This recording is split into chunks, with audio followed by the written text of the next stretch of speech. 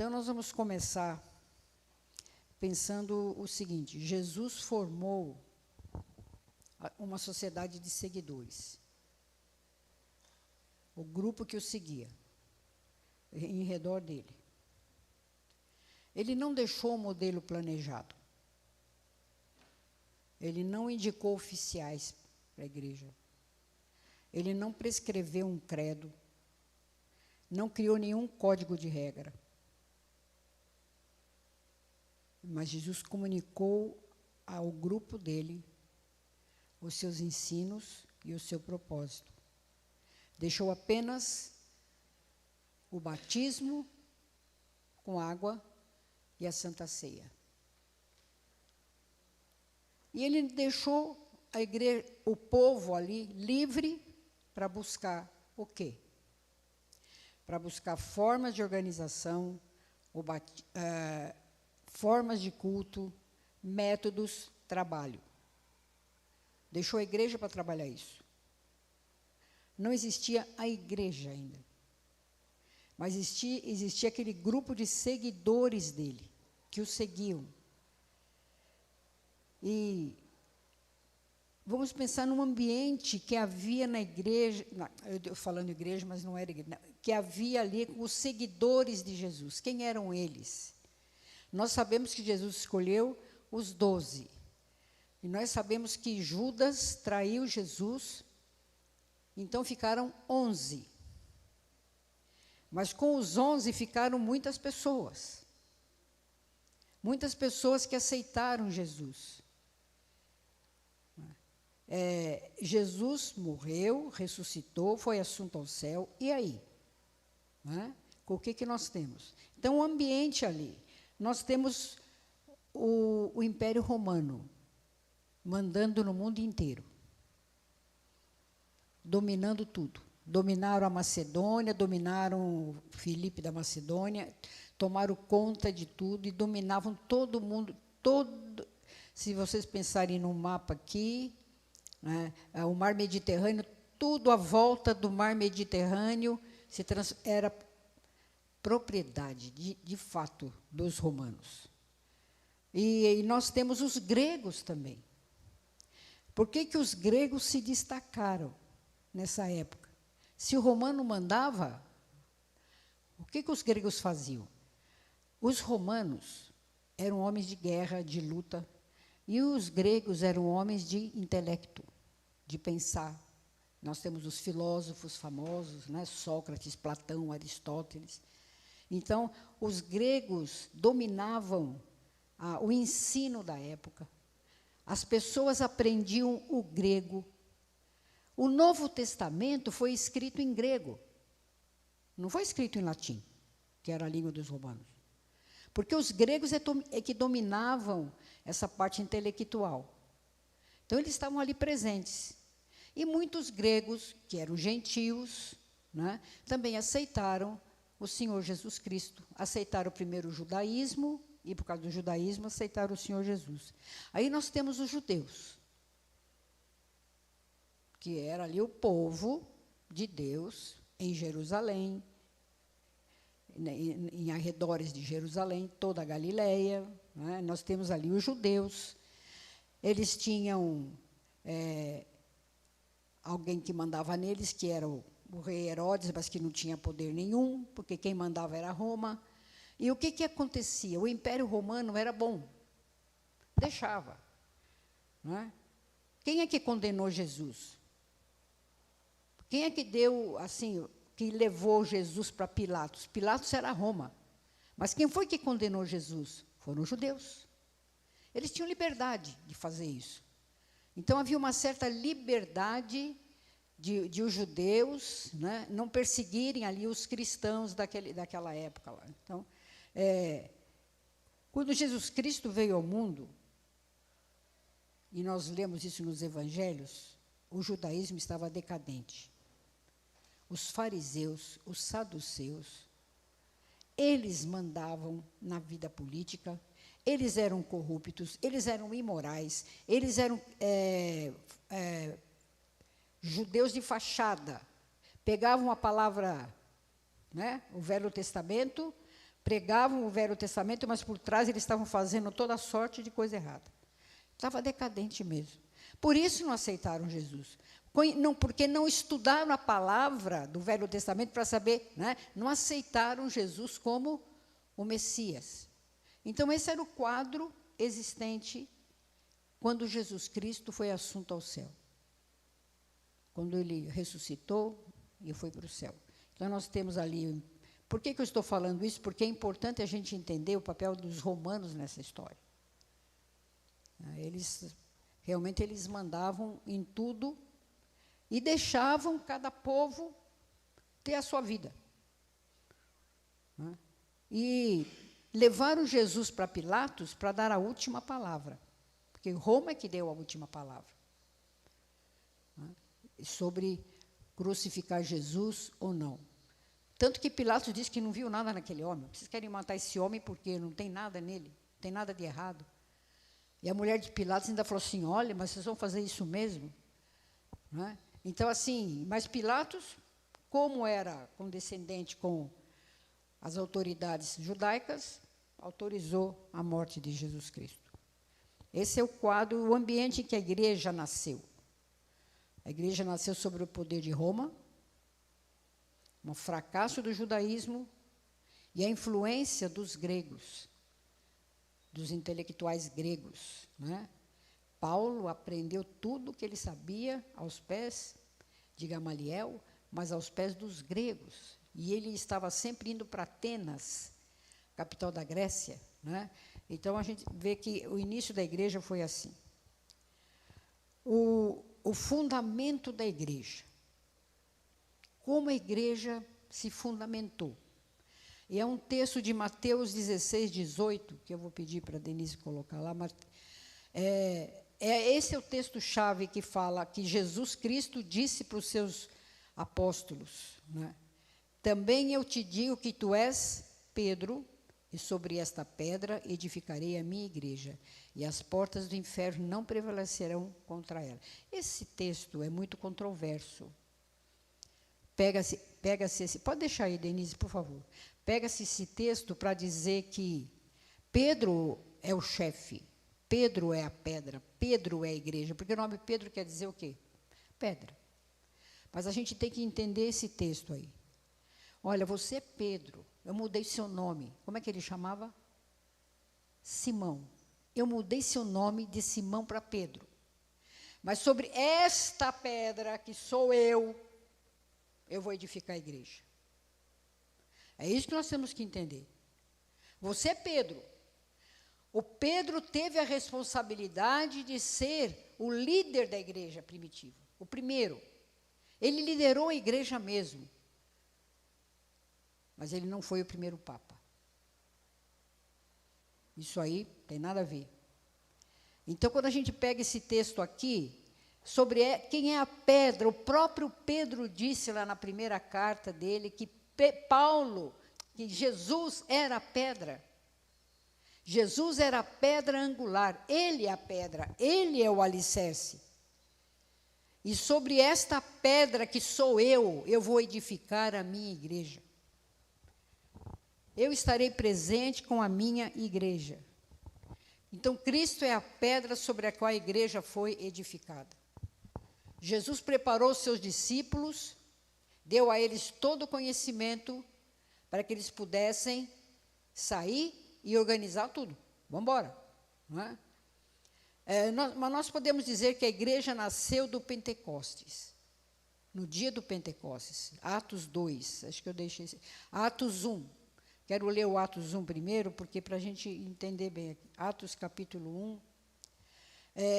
O Atos Lucas conta a história da igreja.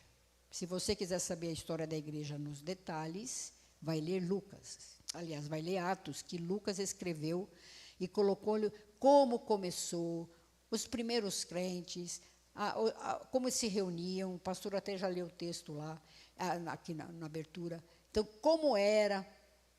É o livro de Atos inteirinho que relata isso. Mas Atos 1 tem uma coisa interessante aqui que eu gosto muito de frisar. Né? No versículo 16, aliás, do 6 ao 14, nós temos a ascensão de Jesus para o céu. Então, os que estavam reunidos lhe perguntaram: Senhor, será este o tempo que restaures o reino de Israel? Respondeu-lhes Jesus: Não vos compete conhecer tempos ou épocas que o Pai preservou pela sua exclusiva autoridade. Mas recebereis o poder ao descer sobre vós o Espírito Santo, e sereis minhas testemunhas, tanto em Jerusalém, como em toda a Judéia e Samaria, e até os confins da terra. Jesus falou isso, foi as últimas palavras dele. As últimas palavras dele, praticamente. Vocês serão minhas testemunhas, e vocês vão receber o poder do Espírito Santo. Tanto em Jerusalém, como em toda a Judéia e Samaria, e até os confins da terra. Jesus aqui está dizendo que a palavra tinha que ser, que a igreja tinha que ser esparramada, e as testemunhas dele teriam que viver isso em todos os lugares. Mas, continuando esse texto aqui, né? Dito essas coisas, Jesus foi levado às alturas, à vista de todo mundo, e uma nuvem encobriu os seus olhos. E estando eles de olhos fitos no céu, enquanto Jesus subia, eis que 2 varões vestidos de branco se puseram ao lado deles e lhes disseram: Varões galileus, por que estáis olhando para as alturas? Esse Jesus que dentre vós foi assunto ao céu, virá de modo como vistes subir. Então voltaram para Jerusalém, do monte chamado Olival, que dista daquela cidade tanto como a jornada de um sábado. Sei lá, alguns quilômetros, era o Jardim das Oliveiras. Quando eles entraram ali, eles foram ao cenáculo. O mesmo cenáculo, o mesmo lugar onde Jesus instituiu a Santa Ceia e se reuniu com seus discípulos pela última vez. Era uma casa com espaço grande e eles se reuniam ali. E vejam quem estava lá. Lucas cita o nome de todos, dos 11. Pedro, João, Tiago, André, Filipe, Tomé, Bartolomeu, Mateus, Tiago, filho de Alfeu, Simão, o Zelote e Judas, filho de Tiago. Os 11. Mas não eram só eles. Todos estes perseveravam unânimes em oração com as mulheres, com Maria, mãe de Jesus, e com os irmãos dele. A família de Jesus estava lá. E então eles se reuniram ali e fizeram uma reunião de oração. No meu entender, aqui nasceu a igreja. Mas, para os historiadores, para os teólogos, foi depois disso, no capítulo 2, no versículo 1 até o 4, quando realmente o Espírito Santo desceu sobre eles. Isso foi, em seguida, eles estavam reunidos. Quantas pessoas estavam reunidas? 120, diz o versículo 15, mais ou menos 120 pessoas reunidas. E desceu sobre eles o Espírito Santo. E aí vejam bem que uma multidão apareceu de todo lado. Quem que lembra quantas mil pessoas se converteram nesse período? 3.000 pessoas se converteram e foram batizadas. Então, vejo que, de repente, a igreja começou com 12 apóstolos, depois ficou 11, né, porque Judas traiu. Aí se reuniram, era um grupo pequeno, de repente a coisa cresceu. Então, assim começou a igreja. Né? Então, a gente pode dizer que a igreja começou com essa descida no dia do Pentecostes, porque foi a partir desse dia que os discípulos começaram a proclamar o Evangelho, que Pedro fez o seu grande discurso, o seu grande sermão ali. Pedro era o mais velho, então ele tinha ali a incumbência de cuidar dos mais novos. Quem era o mais novo? João. João era o mais novo, mas João estava sempre presente em tudo. Né? A igreja começou a crescer, se reuniam nas casas, nós sabemos disso. Né? Por quê? Porque os judeus, e aqui não tem nada a ver com o Império Romano, os judeus começaram a perseguir a igreja, desde sempre. Não aceitavam. Então, eles se reuniam escondidos nas casas, né? Nos cemitérios, nas grutas, que tem muitas grutas lá, e cavernas nas montanhas. Começaram a se reunir escondido. Certo? No comecinho, quando Jesus ainda era vivo, nos primeiros 30 anos da vida de Jesus, os 33 anos, havia uma perseguição porque os judeus não aceitavam o que Jesus pregava. Mas a perseguição mesmo veio sobre a igreja a partir de do ano 54 da nossa era. Teve um imperador romano meio maluco, meio não, ele era inteiramente maluco, Nero. Nero morava em Roma, ele era o imperador. Nero, diz a história, que ele colocou fogo em Roma, na cidade. Deu um surto nele lá e ele botou fogo em Roma. Ele culpou quem? Os cristãos. Os cristãos foram os culpados do fogo, de pegar fogo em Roma. A partir daí, o povo se revoltou tanto, o povo ficou tão irado, que aí nem começaram a perseguir os cristãos para valer mesmo, para valer. Porque onde já se viu? Né? Como é que vocês colocaram? E acreditaram, porque se o imperador divulgou a notícia que eram os cristãos ficaram numa situação meio difícil, né? Aí eles começaram a se reunir escondidos, aí eles morreram nas fogueiras, aí eles foram comidos pelos leões, aí eles foram vítima dos gladiadores. E quando a gente pega a história, a cena de uma grande arena, cheia de gente assistindo, e os cristãos lá no meio, morrendo tudo. Então, quanto mais o cristianismo era perseguido, mais ele se reunia escondido. E nós temos exemplos no livro de Atos, por exemplo, que quando Pedro foi preso e saiu da prisão, preso se reuniu com os irmãos na casa de Maria. Maria, mãe de João Marcos. João Marcos foi companheiro de Paulo em viagem missionária. Na casa dela, havia um grupo orando. E Pedro chegou lá, porque Pedro sabia que lá naquela casa ele ia estar seguro, ele ia estar garantido lá. Lídia, quando se converteu, onde foi que Lídia se juntou com as pessoas que ela evangelizou? Na casa dela. Então, nas casas, os crentes começaram a se reunir. E pensa bem uma coisa,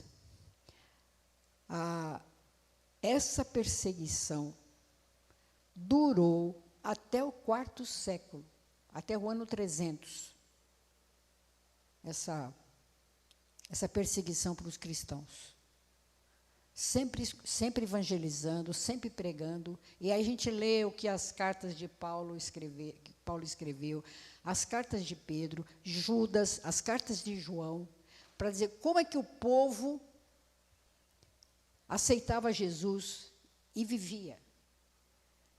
Quando a gente lê a carta de Paulo aos Colossenses, aos Tessalonicenses, né, e eram igrejas que já estavam assim existindo em vários lugares. Então a igreja cresceu, porque sabe o que acontece? Quanto mais o cristianismo era perseguido, mais ele crescia. Mais ele crescia. Sabe por quê? Porque quem não era fiel, quem não era crente de verdade, não queria morrer na arena. Não queria morrer na fogueira. Então, eu não sou mais desse Cristo. Caía fora. Não aceitava. Eu vou me afastar. Porque não eram fiéis sinceros. Então, a igreja crescia porque ficaram os fiéis. Ficaram os crentes de verdade. E esses crentes é que saíram divulgando o evangelho. Não estranheis o fogo ardente no meio de vós, disse Pedro. Não tenham medo. Antes, saiam e preguem a palavra. Então, assim, eles saíram falando de Jesus, pregando o evangelho. E o que eles pregavam? O assunto principal que o pastor falou aqui, e nós cantamos o hino, era a volta dele. Ele vai voltar. Ele vai voltar. A igreja de Tessalônica era modelo para outras igrejas. E essas igrejas olhavam para a igreja de Tessalônica como uma igreja boa, que ajudava, pobre, mas que ajudava. E ajudava o próprio apóstolo Paulo. E eles tinham algumas coisas. Eles tinham um amor abnegado por Jesus e pela palavra. Eles tinham uma fé operante, eles trabalhavam. E eles tinham uma firme esperança na volta de Jesus. E isso animava a igreja. Jesus vai voltar. Será que é amanhã? Será que é depois da manhã? Mas o que havia nesses crentes era fidelidade. Fidelidade. Vejo que Atos 4:33, só para a gente... Com grande poder, os apóstolos davam testemunho da ressurreição do Senhor Jesus, e em todos eles havia abundante graça. Vamos prestar atenção aí, porque o líder era Pedro, mas com grande poder os apóstolos davam testemunho da ressurreição, todos eles. Sem dizer que no lugar de Judas entrou quem? Quem lembra? Matias. Matias entrou no lugar de Judas. Fizeram lá uma reunião. Olha, tem que cobrir esse buraco que ficou aqui. No lugar de Judas, nós vamos escolher um. E aí o capítulo 1 vai dizer que eles se reuniram, fizeram uma assembleia e escolheram Matias. Então, Matias estava fazendo parte desse grupo aí. Matias não teve importância na história. Não foi uma eleição para dizer como Deus queria, porque quem é que entrou realmente no lugar de Matias? Paulo. Paulo que entrou realmente no lugar de Matias, né? Então, as grandes perseguições moldaram o caráter moral da igreja, que crescia. Só um crente zeloso e fiel suportaria as hostilidades e estavam prontos para morrer. Então, características como pureza, honestidade, bondade, fraternidade e muito amor marcavam a vida da igreja. Eles eram unânimes, diz o capítulo 4. Então, a história do início da igreja é uma história muito bonita, que vale a pena ser estudada, pedacinho por pedacinho, que não é o nosso caso aqui hoje, né? É interessante que essa perseguição perdurou até o século IV, e a partir daí, né, falsos mestres aconteceram nesse período, né, que se infiltraram na igreja. Se você lê a carta de Judas, a primeira carta de João, a segunda carta de João, a terceira carta de João, principalmente a segunda, terceiro livro de Judas, vocês vão ver que haviam lá os falsos mestres, os gnósticos, com ideias que Jesus não era divino, contra a Escritura, e que estavam lá no meio da igreja. E os apóstolos, né, os pastores, tinham que dizer: meu Deus, não é certo isso, cuidado, vocês não podem ir atrás dessas coisas. E aí, então, a igreja sempre sofreu perseguição de falsos mestres, como até hoje, né? Com ideias mirabolantes, ideias completamente diferentes, né? Aí, o que aconteceu a partir do quarto século? Do ano 300, praticamente 300 e alguma coisa, 310, 313. Houve eu não sei como eu vou chamar, um movimento dentro do Império Romano de que dois líderes queriam ser o imperador. Aí, quem ganhou essa disputa foi um imperador chamado Constantino.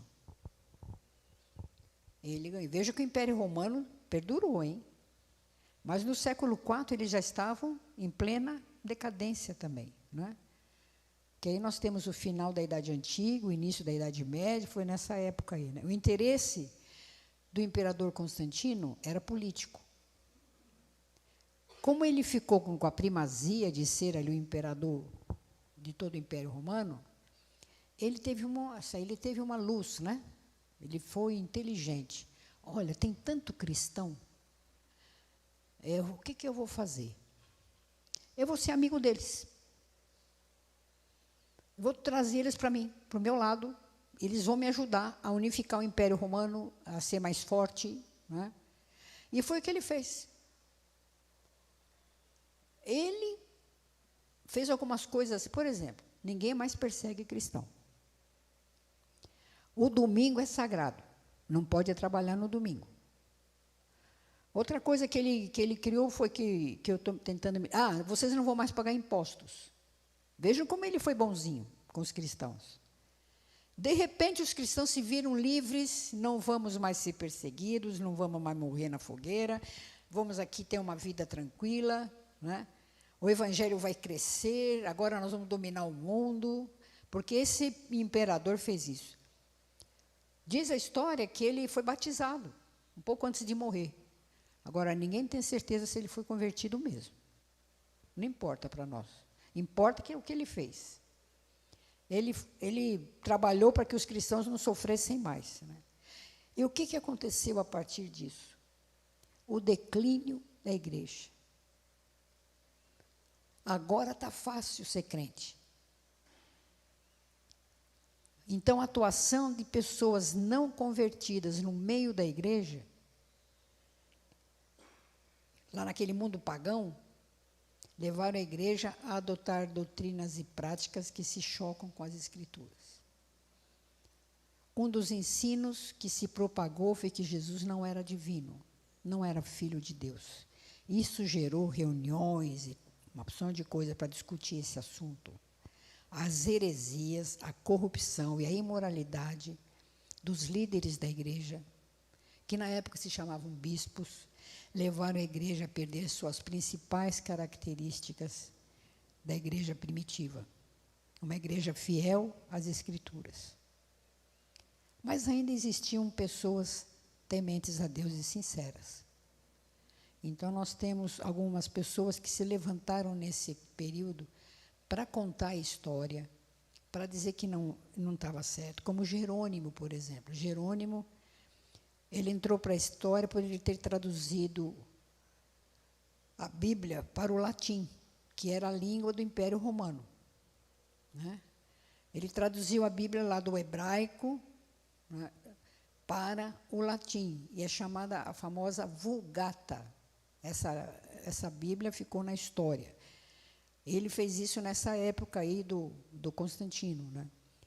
Outro que se destacou nessa época foi Agostinho. Agostinho é tido como santo na Igreja Católica, o Santo Agostinho. Ele realmente foi um santo de Deus. Agostinho foi um jovem rebelde, boêmio, mulherengo, mas ele teve uma mãe que se ajoelhou por ele, Mônica, que dobrou os seus joelhos para esse filho se converter. E Agostinho se converteu e se tornou um escritor, um professor. E ele escreveu a famosa Confissões. Ele contou a vida dele e essas confissões estão hoje em todos os seminários e estão em todas as bibliotecas. Qualquer pastor que se preze, ele tem as confissões para aprender com Agostinho como ser um crente fiel. Ele tinha algumas ideias que não concordavam, que posteriormente foram rebatidas, mas Agostinho foi um dos pais da igreja, podemos assim dizer. E Lutero se espelhou nele em muitas coisas, né? Calvino também. Então, nós temos o seguinte: a igreja dos apóstolos foi sendo deturpada. E assim surgiu a Igreja Católica Romana. Fruto das inúmeras transformações da igreja primitiva. Transformações que afastaram a igreja dos ensinos de Jesus Cristo. Eu trouxe para vocês uma folhinha que eu vou dar aqui depois para quem quiser. Alguns motivos da reforma protestante. Essa folhinha aqui muita gente tem. Há muitos anos a gente usa isso aqui como exemplo dos desvios da igreja. Mas citando apenas alguns. Em 375, o culto aos santos. Em 503, surgiu a doutrina do purgatório. Em 783, a adoração de imagens e relíquias. Em 1090, inventou-se o rosário. Em 1229, foi proibida a leitura da Bíblia. E aí tem mais. Culto a Maria, etc. A lista aqui é grande. Dos desvios da igreja. Da doutrina dos apóstolos. Disse que a Igreja Católica foi a primeira que existiu, lá com Jesus, no tempo do Pentecostes. Não é verdade. Ela surgiu depois de Constantino, com toda a liberdade que tiveram para ficar inventando coisa dentro da igreja. Aí que ela surgiu. A Igreja dos Apóstolos é a igreja primitiva, a igreja fiel. E eles se desviaram disso. E criaram lá um monte de coisa que a gente conhece por aí. Né? Diante de tantas coisas erradas que a igreja vinha fazendo, de tanta doutrina que não tinha a ver nada com a Bíblia, alguém tinha que fazer alguma coisa. E não foram poucos aqueles que se destacaram. Certo? Então, nós temos, no período medieval, no ano de 1500 para frente, as insatisfações contra a igreja foram se acumulando. Olha, não está certo. Não está certo. E uma coisa que eu não falei aqui para vocês, você sabe que a coisa pior que eles fizeram nesses desvios foi proibir os crentes de lerem a Bíblia. Era proibido ler a Bíblia. Era proibido ter Bíblia em casa. As Bíblias que existiam na época ficavam nas universidades, nos mosteiros. Era proibido ter Bíblia. Então, se aqueles pergaminhos, aquela que é da época lá, ninguém podia ler aquilo. Aí vocês vejam como a igreja se acumulou e alguma coisa tinha que ser feita. Então, aconteceu a reforma do século XVI com o nosso querido Lutero. Quem foram os precursores da reforma? Por exemplo, foi um inglês, John Wycliffe, na Inglaterra, lá, ele bem antes da reforma. Ele era professor da universidade, e a gente vê assim, por que os professores da universidade? Por que os doutores? Porque eles tinham acesso à Bíblia. A Bíblia estava nas universidades, que todas eram católicas, né, na época, todas. Nessa época aqui também do John Wycliffe, aconteceu, né, mais para frente um pouco, que não me lembro agora a data, mas não precisa, o rei da Inglaterra, oitavo, como é que é? Esqueci o nome dele. Um rei inglês que queria se casar mais de uma vez, queria divorciar, ele se divorciou de uma, duas, três, 4 mulheres, Henrique VIII. Ele queria... Aí ele rompeu com a Igreja Católica, mas eu quero casar, vocês não deixam, e fundou a Igreja Anglicana. Fundou a igreja dele lá na Inglaterra. Uma ruptura que aconteceu, mas João Wycliffe, para ele, as escrituras eram a única regra da igreja, que não podia ter nada mais que além da Bíblia. Ele entrou em luta contra o papado. Traduziu a Bíblia para o latim, quer dizer, traduziu a Bíblia do latim para o inglês, porque ele queria que as pessoas lessem a Bíblia. Outro foi João Hus, em Praga, lá da Checoslováquia, lá, combateu a imoralidade que graçava na igreja. Ele condenou as indulgências e foi excomungado, condenado à fogueira, queimado vivo. Diga.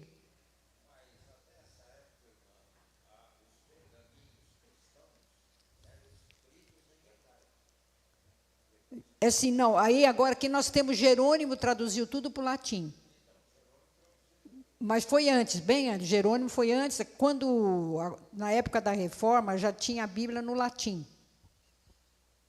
Já tinha a Bíblia no latim, porque a Vulgata Latina já estava, assim, o Jerônimo traduziu do hebraico para o latim. Então, Mas, olha, não, é bem possível que os pergaminhos em hebraico estivessem nos conventos também, estivessem lá nos mosteiros, isso é possível também. Tá? Mas o importante é que, dentro das universidades, aqueles que estudavam, que viam que estava errado. O que a igreja estava fazendo não estava certo.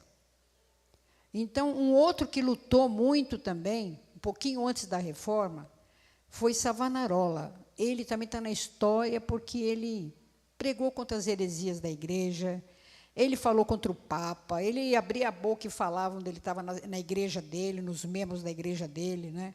Ele foi também enforcado. E, não satisfeito com o enforcamento dele, ele foi queimado também, depois de enforcado.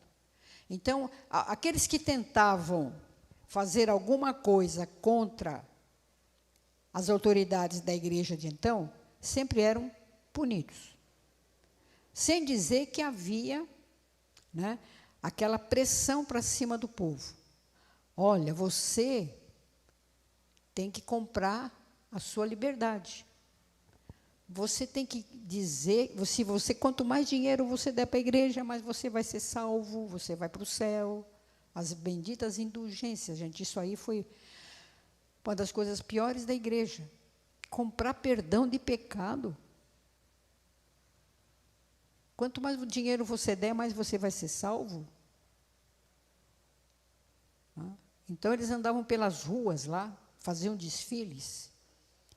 Os bispos lá, né, com cofres, iam batendo tambores na rua. Coloque aqui a sua oferta e você terá o perdão do seu pecado. A coisa foi de tal maneira que era só dinheiro que valia. Era só dinheiro. Quando a gente pensa nas seitas que nós temos hoje,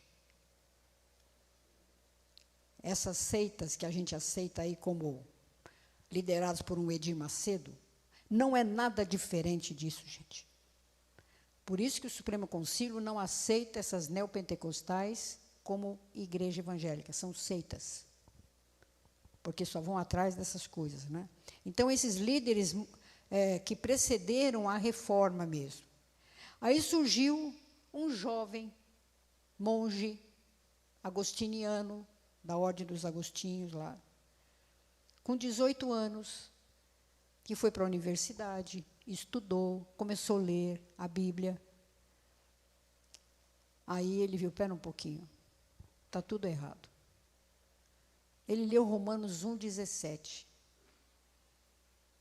Certo? Romanos 1,17. Se você puder colocar para mim aí, Denise, Romanos 1,17, eu te agradeço. Que é um texto bem conhecido, mas é para a gente ver. Né? O que está escrito em Romanos 1,17? O mesmo texto que está escrito, né? Visto que a justiça de Deus se revela no Evangelho, de fé em fé, como está escrito, o justo viverá pela fé. Você sabe onde está esse versículo no Velho Testamento? Abacuque 2. Abacuque 2,4. O justo viverá pela fé. Abacuque se colocou diante de Deus e pediu ajuda para Deus por causa do pecado do povo. Abacuque, viva pela fé, Abacuque. Haverá um tempo, Abacuque, que tudo isso vai acabar. Todo esse sofrimento, Babilônia não vai existir, vai acabar tudo, Abacuque. Mas viva pela fé. Como devoto que era, Lutero era um monge fiel à igreja. Ele foi para a Itália e foi fazer uma penitência, subir as escadas de uma igreja, a igreja de Latrão, famosa lá na... Quando ele estava subindo de joelhos, ele pensou, o justo viverá pela fé. O que eu estou fazendo aqui? Não é a penitência que vai me salvar. O que me salva é a minha fé no Senhor Jesus Cristo. A vida desse homem mudou. Jovem ainda. Aí ele começou a estudar mais e viu que estava tudo errado. E ele tinha uma paróquia que ele tomava conta, a igreja de Wittenberg. O que ele fez? Ele pegou o papel e escreveu 95 teses de que ele não acreditava em nada que estava acontecendo na igreja. É assim que tem que ser. E colocou isso na porta da igreja, fixou lá. E aí as pessoas entravam, liam aquilo, e ele começou a evangelizar aquele povo que ia na igreja dele. E saíram pelas ruas dizendo, está tudo errado, agora nós cremos que só tem um Deus. Que música que eles saíram cantando pela rua? Castelo Forte. Que nós cantamos, que está no nosso cenário. Foi lá que surgiu o Castelo Forte, o hino Castelo Forte. Castelo Forte é o nosso Deus, mais nada. Mais nada. E saíam pelas ruas, cantando, e aí a gente diz que, da mesma forma como na Revolução Francesa, as pessoas, depois da derrota lá do Império Francês, lá da queda da Bastilha, eles saíam pelas ruas cantando o hino, que é hoje o hino oficial da Inglaterra, da França. Saíam pela rua cantando. Da mesma forma, Lutero, andando pelas ruas, cantando com o povo, era a Marselhesa da Reforma, o hino que marcou a Reforma Protestante. Isso aconteceu no dia 31 de outubro de 1517. Sábado agora, dia 31, nós temos o aniversário da Reforma. E a gente não pode esquecer o que foi que esse monge fez. Como ele foi atrás de coisas assim importantes para a igreja. Ele não foi perfeito. Porque algumas coisas ele ainda precisava aprender mais. Mas uma coisa ele aprendeu. Jesus Cristo é o Senhor da igreja. Só Ele. A Ele toda a glória. Então, só a Escritura, só a graça, só a fé, só Jesus Cristo, só a Deus glória. Os 5 pontos que a gente nunca pode esquecer. Só a Escritura, só a fé, só a graça de Deus. Eu sou salvo pela graça, não é por iniciativa minha ou porque eu jogo uma moedinha lá no cofre. Ou porque eu vou no confessionário. Não, só a graça de Deus. Só Jesus Cristo. Só a Ele glória, a mais ninguém. Ninguém é nada aqui, só Ele. Então, Martinho Lutero foi assim, não desprezando os outros, Savonarola, o Wycliffe, o Jerônimo, os pais da igreja, os primeiros, mas Lutero foi assim, o principal para dar, não é? Esse pontapé inicial aí para a coisa mudar. Em 1521, não, em 1520, ele foi excomungado, claro. Ele vai lá, coloca 95 teses, que ele não concorda com nada que está acontecendo na igreja. A primeira coisa que a igreja fazia era excomungar. E excomungar seguiria dizer que você estava no inferno, que nunca mais você vai para o céu. Está banido da igreja.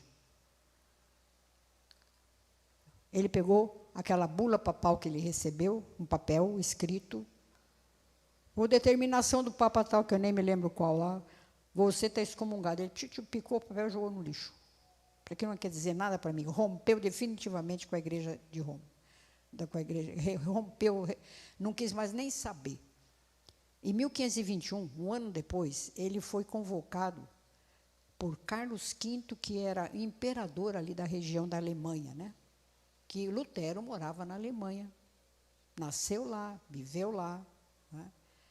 O imperador Carlos V fez uma reunião por ordem lá do Papa da época, dos arcebispos lá, né? Fez uma reunião para convocar o Lutero para explicar as ideias dele. Ó, Lutero, você vem aqui e vai explicar para nós as suas ideias aí. Né? Aí ele foi. Fizeram várias perguntas para ele. Depois que ele foi questionado, você está fazendo isso, isso, isso, você está contra a igreja, você não sei o que lá. Eu vou ler aqui o que foi que ele disse como resposta. Uma vez que vossa serena majestade e os senhores príncipes buscam uma resposta simples, eu a darei desta maneira, nem com chifres, nem com dentes. a menos que eu seja convencido pelo testemunho das Escrituras ou pela razão clara, pois não confio, seja no Papa, seja nos concílios, apenas pois é bem conhecido que eles frequentemente erraram e se contradisseram. Aí ele vai dizer o seguinte: estou preso às Escrituras.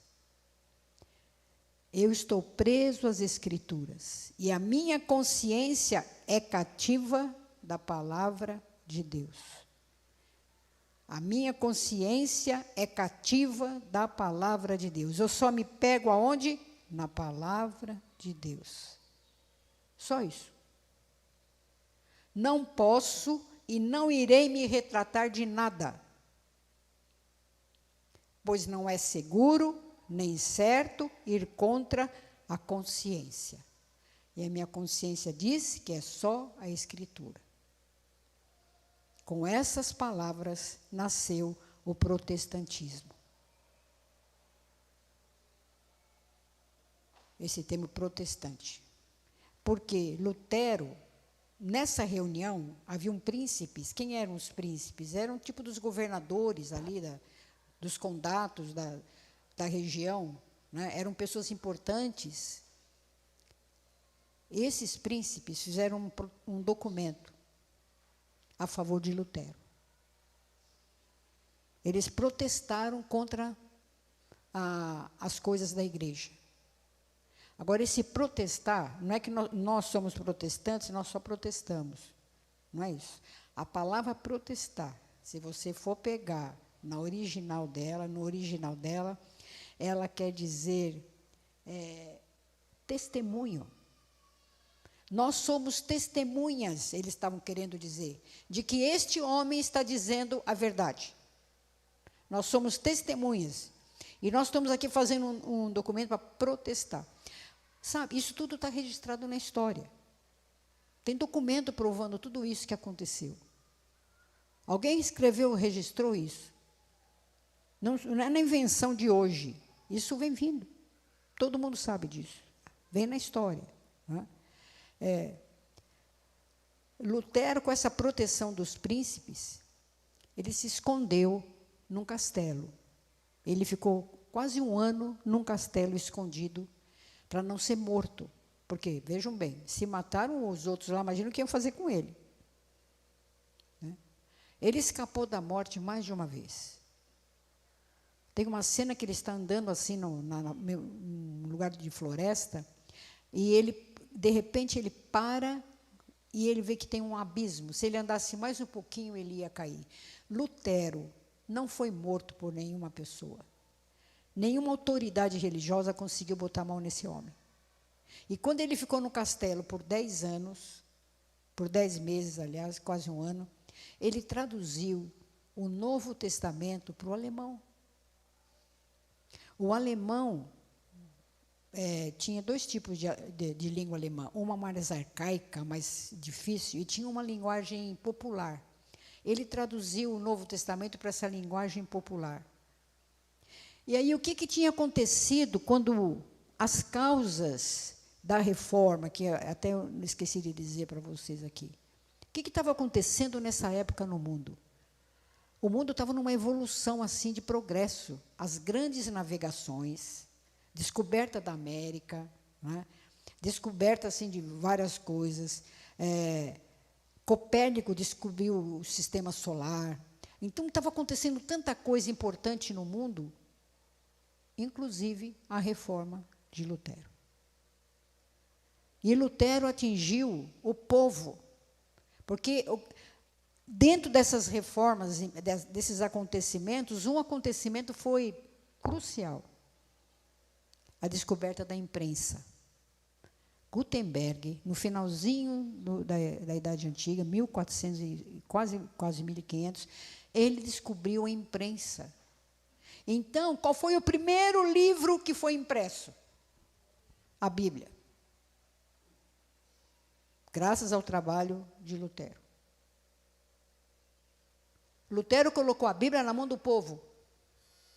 Acabou a história de que fica presa lá no castelo, lá nos mosteiros. Não, a Bíblia agora está na mão do povo.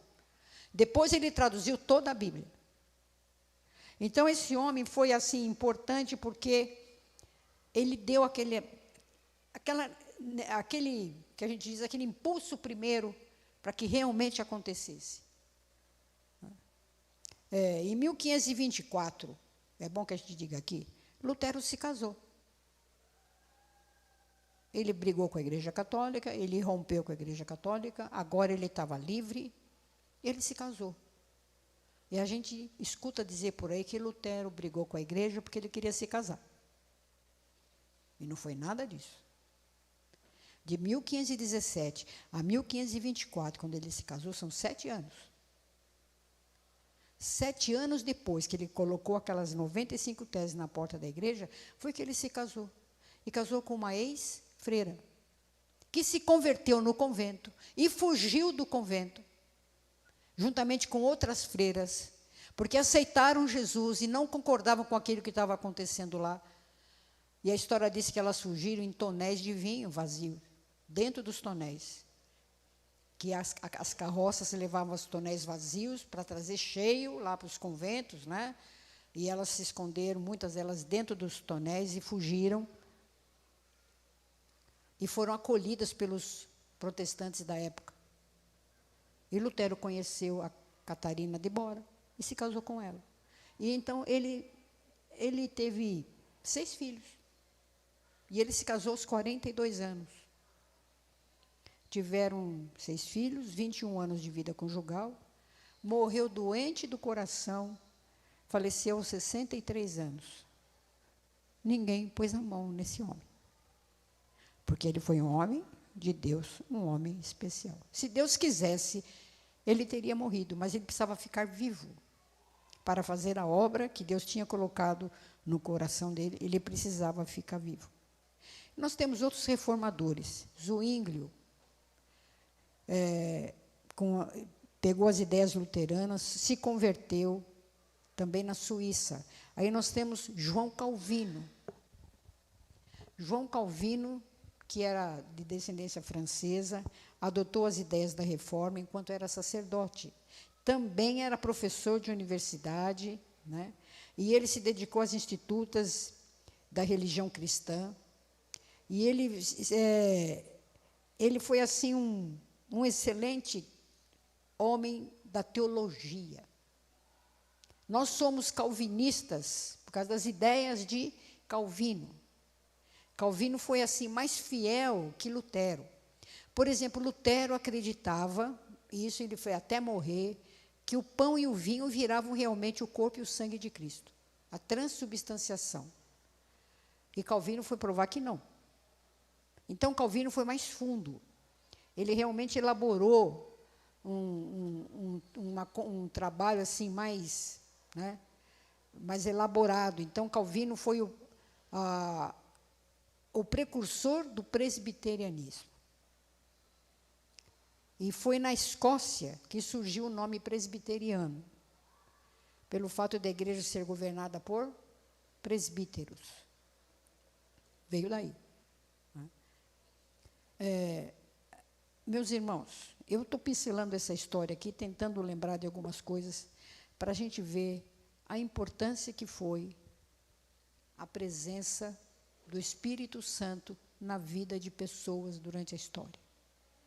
Pessoas que foram usadas por Deus para mudar a história. Vejam que a igreja se desviou completamente. Mas Deus usou homens especiais e mulheres também. Não vamos nos esquecer disso, porque ao lado desses homens, as mulheres estavam ali, em oração e orando para que realmente a igreja se tornasse mais pura. E por isso nós temos muitas divisões hoje. Hoje a gente tem mais divisão. Alguém já me disse, tem mais divisão aí entre vocês, os evangélicos, né, do que as divisões que estão no Congresso Nacional, que está aí no... Porque as pessoas têm as suas ideias. Mas quando a gente pega aquilo que eles pregaram, principalmente Calvino, os 5 pontos cruciais para que a gente não esqueça. Todo crente tem que saber de cor esses 5 pontos. Só a fé. Vamos lá. Só a graça, vamos falar. Só Jesus. Só as Escrituras. Só a Deus glória. Só a fé. Só as Escrituras primeiro. Só as Escrituras, só a fé, só a graça. Só Jesus Cristo, mais nada. O que passa disso, diz Jesus, é do maligno. É do maligno. Jesus disse: eu vou edificarei a minha igreja, e as portas do inferno não vão prevalecer contra ela. Foi o primeiro texto que a gente leu. Homens fraudulentos, com influência do mundo pagão, desviaram a igreja dos ensinos de Jesus. Porém, sempre existiram servos fiéis que não se conformaram com o erro e clamaram por uma reforma. Lutero deu início e outros continuaram o seu trabalho. E foi assim que surgiu a igreja evangélica. Vamos nos lembrar sempre que a igreja é o corpo de Cristo. É o corpo fiel de Cristo. E Paulo deixa isso muito claro, escrevendo aos Romanos e aos Coríntios. O corpo tem que ser bem ajustado. O corpo ora. O corpo prega a palavra. O corpo vive para Jesus, para falar dele para as pessoas. Temos agora, alguém quer falar alguma coisa? Porque eu encerrei aqui. Diga, senhor Marco Aurélio.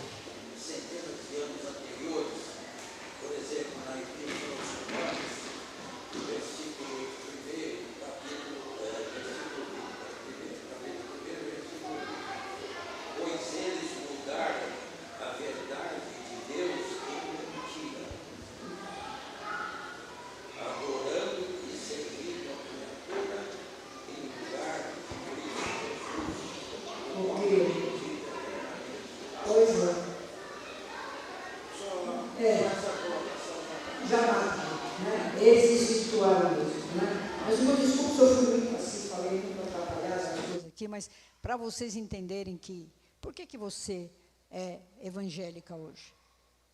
Porque você crê na palavra de Deus, você tem uma fé em Jesus, porque você sabe que isso tudo é fruto da graça, que você dá glórias a Ele, somente a Ele. No próximo domingo, nós vamos ver a Igreja Presbiteriana no Brasil. Como é que ela veio aqui parar? Como é que ela parou aqui? Quem foram as pessoas que trabalharam aqui? E nós vamos, então, falar um pouquinho do nosso pedaço aqui, no próximo domingo, tá bem? Vamos encerrar a aula com uma palavra de oração. Alguém quer orar? Sérgio. Pois peguem o papel aqui comigo, quem quiser. Amado Deus, mais uma vez na Tua presença, para Te adorar e para Te glorificar o nome.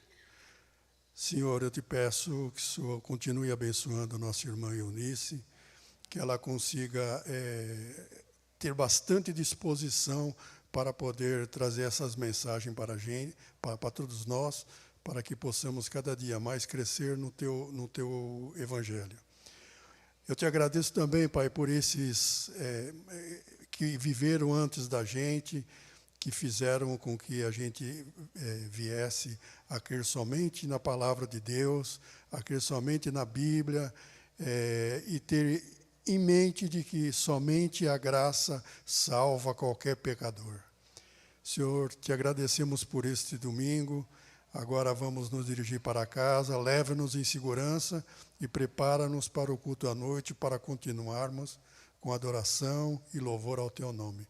É o que eu te peço e te agradeço, em nome de Cristo Jesus. Amém.